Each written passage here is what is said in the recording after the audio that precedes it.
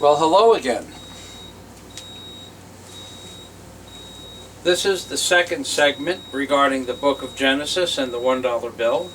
And at this point, I'm going to start passing out small pieces of information regarding how I came about the process of understanding that the book of Revelation, the book of Hebrews, the book of Isaiah, and the book of Genesis, along with the book of Daniel, and many other of the prophetic books of the Bible, are in fact part and parcel of a grand design by what we might perceive to be an entity called God.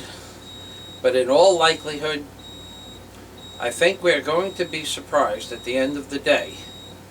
In fact, I know we are going to be surprised at the end of the day as to what has accomplished this goal or task, and has in fact hoodwinked the world, and more precisely the American people, for the last 75 years.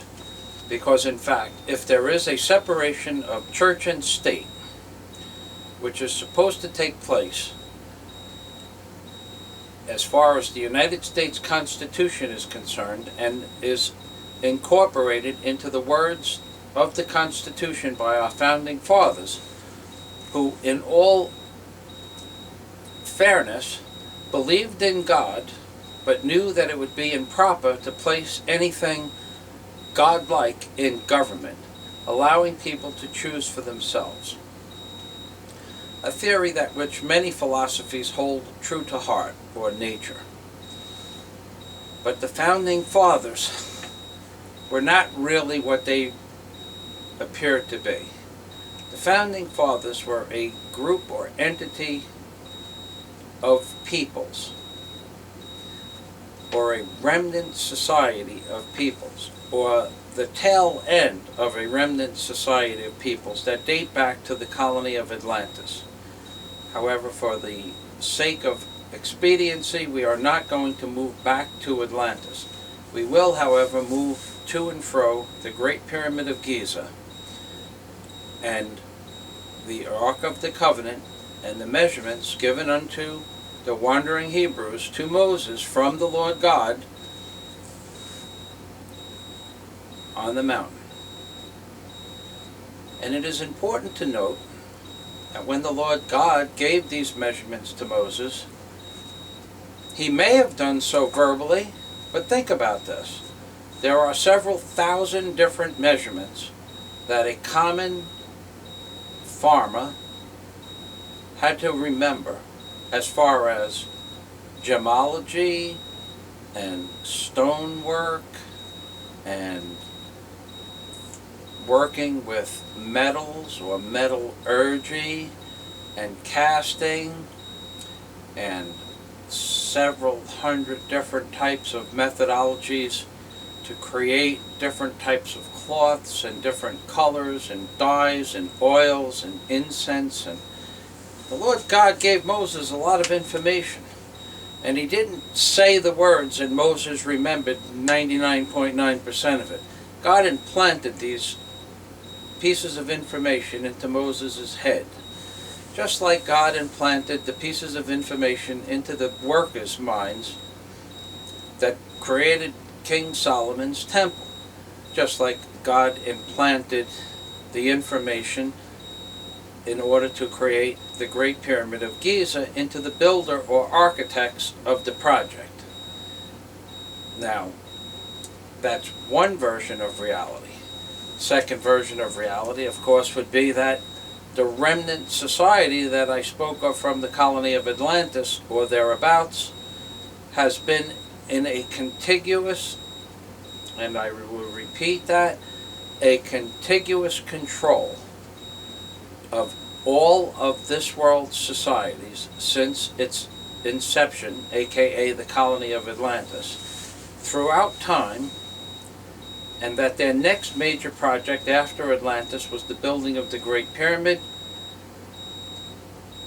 The society that they gave this information to, of course, somehow screwed up, and when they did so, that entire civilization was leveled and removed from the history books. Because how can you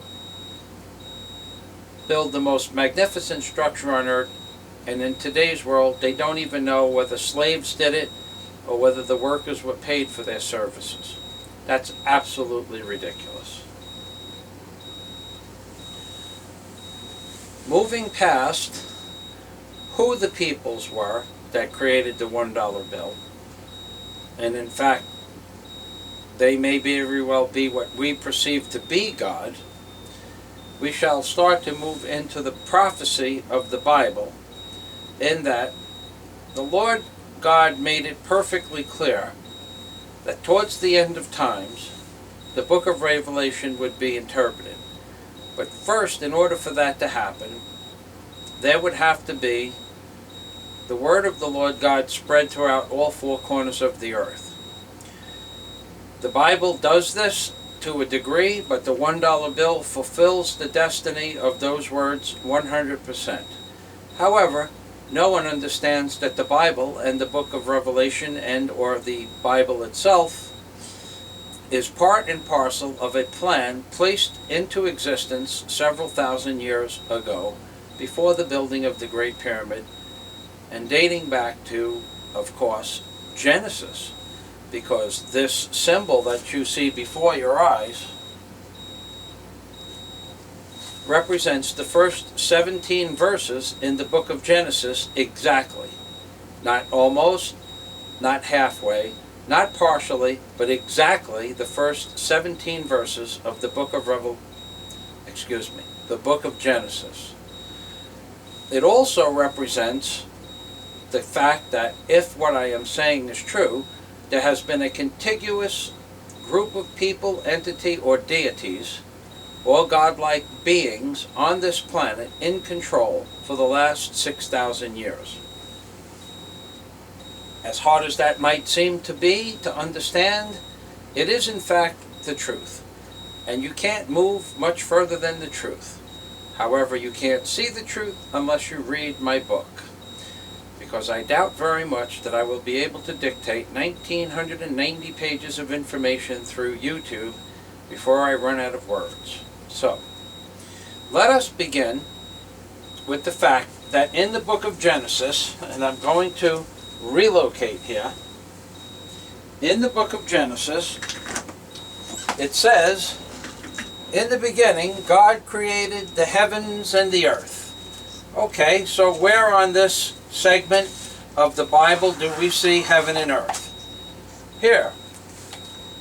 First, let us understand that this sphere, compass, or circle, and that which I call the God pod, is in fact a form of closed system, in that everything inside this closed system represents life. Life as a similar and parallel nature to the book of Genesis, because Genesis is life from nothing, and inside this circle, before the design was placed in the circle and the several hundred pictographs that you see before your eyes, the book of Genesis was void of any information. As a circle, before the information was placed inside the compass, or the God pod as I call it, it was void of all life. And this concludes segment 2 of what I perceive to be the proper interpretation of the Bible coexisting with the $1 bill.